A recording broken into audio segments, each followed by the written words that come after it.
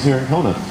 So melanoma, let's talk about it. You know, we swim, we bike, we run, this is our lifestyle, and most of it's done in the sun at some point, and wherever you live in the world, the sun does damage to your skin. Talk about melanoma and how we can avoid melanoma.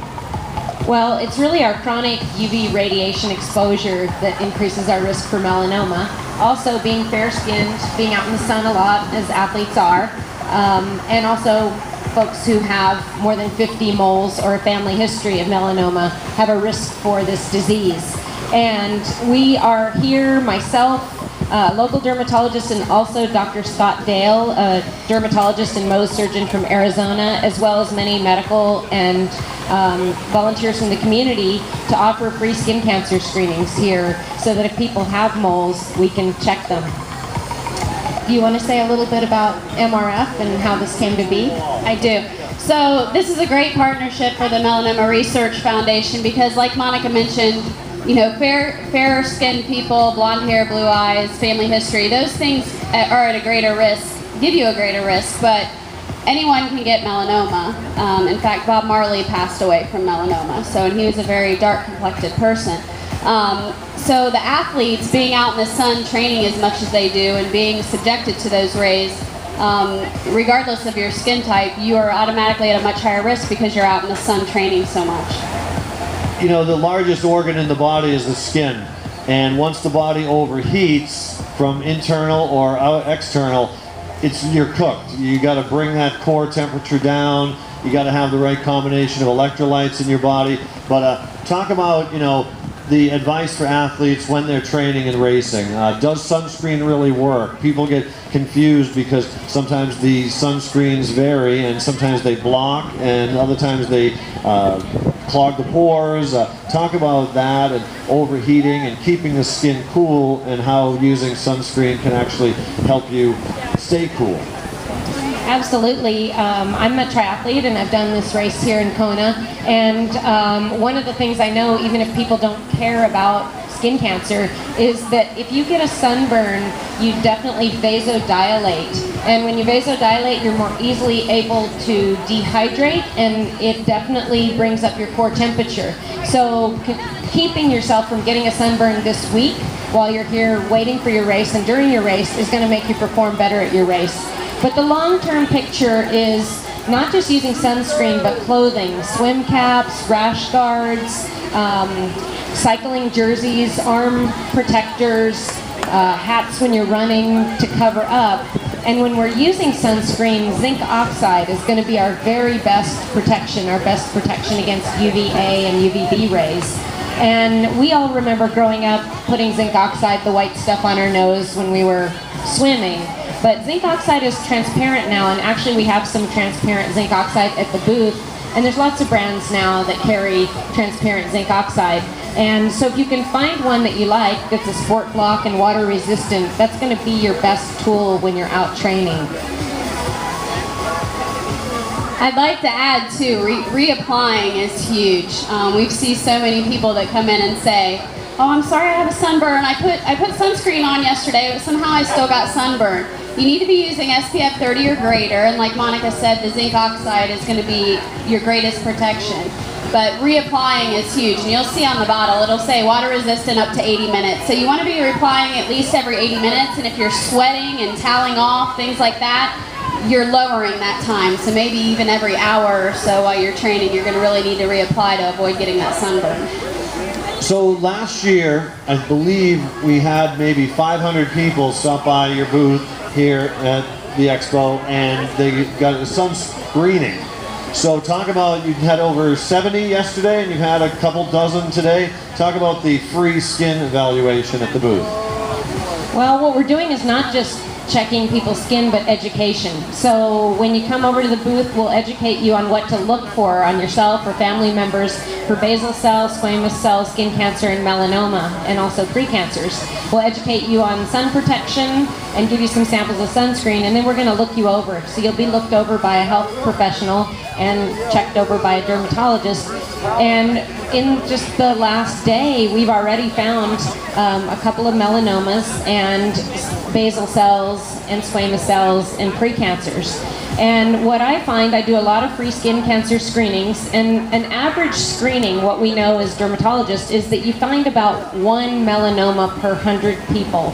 And last year I think we found over 9, and that tells me that this group of people is at much higher risk because of the outdoor exposure than the average person. And that's why it's important just to get checked. It really just takes a few minutes to get looked over. It's not really a substitute for your annual skin check with your dermatologist, but it's a quick check so that we can hopefully alert people of any problems they have on their skin. What should you be concerned about? What do you see when you're an athlete and you see something in the mirror, you look at it, what are the people looking for? Basically, you're looking for a sore that won't heal. So anything that has come up, maybe you think it's a pimple or a cyst or a wart, but the thing's not going away and it's not healing. That might be a sign of basal cell or squamous cell. Melanoma is the deadliest of skin cancer, and it's one that can kill people. And it's also one that can be very preventable caught early. And these are flat moles, and they follow the ABCDE criteria. They tend to be asymmetric, have irregular borders, multiple colors, a diameter bigger than a pencil eraser, and E is evolving, meaning it's a mole on your skin, a flat, dark brown spot, something new or old that's changing or evolving. All right. With us on the main stage from the Melanoma Research Foundation, the great Jenna Dickman and Dr. Monica Scheel. I got it right this time. So people can come over and get educated. They can get a screening today, tomorrow, Friday. Yes, we're going to be here 9 to 4. We have doctors all day for the rest of the expo, Thursday and Friday. And it only takes a few minutes. I know people are busy and they want to get out in a run and a bike and a swim, but stop on over. We have plenty of doctors there. It takes a few minutes to fill out the paperwork and just a few minutes to be screened. So it could really be beneficial for you. So please stop on by. Jenna, talk about the website. You know, people are here. They're going to stop by your booth, we hope. But then next week, reality kicks in. We're all back to the office, and we're not here and living aloha. So talk about the website and what people can see, not only on the website, but next year. What events can they get involved in? So www.melanoma.org. We have a list of all of the Ironman events that we're involved in. We have a 5K series called Miles for Melanoma. We have 20 races across the country right now. It's a great resource, one of the best resources probably for education. There's pictures of melanoma. We talk about the ABCDEs. There's support, tells you how to find a dermatologist in your area. Patient support, caregiver support, things like that. It's a great resource, melanoma.org. And I'd love for you to share how we come to be here, because a lot of the athletes actually race for Melanoma Research Foundation and help fund this effort here. They do. We have slots. We had slots in Boulder, both the half and the full, where we had teams compete. We also have people that compete in our individuals program. They can compete in Ironman. They can compete in the Boston Marathon and fundraise for the organization and help us fund research. We funded over $8.5 million in research grants in the last 8 years, and that's huge because there's not a lot of really effective treatments for melanoma. There's been some advancements, some really great advancements in the last few years, and a lot of that is due to the funding that we are receiving. So we have a lot of athletes that come out. We have 2 here that are competing on behalf of the Melanoma Research Foundation and raising funds for us to help us find a cure.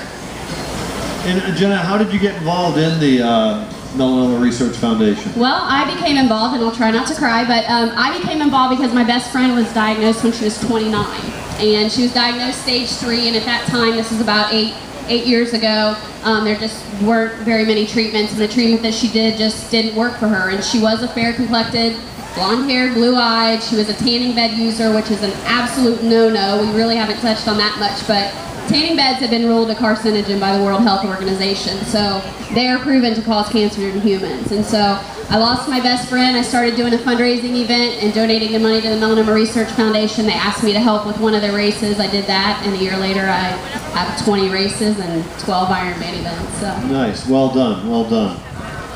All right, so wrapping it up, we invite people to the Melanoma Research Foundation booth for education and skin screening, right? Yes. All right. Well, hey, head on over there. It's right by Ironman merchandise. We look forward to seeing you in the next few days. If you have not ever had your skin screened, please stop by the Melanoma Research Foundation and see Jenna and Dr. Monica. Thank you, guys. Thank you.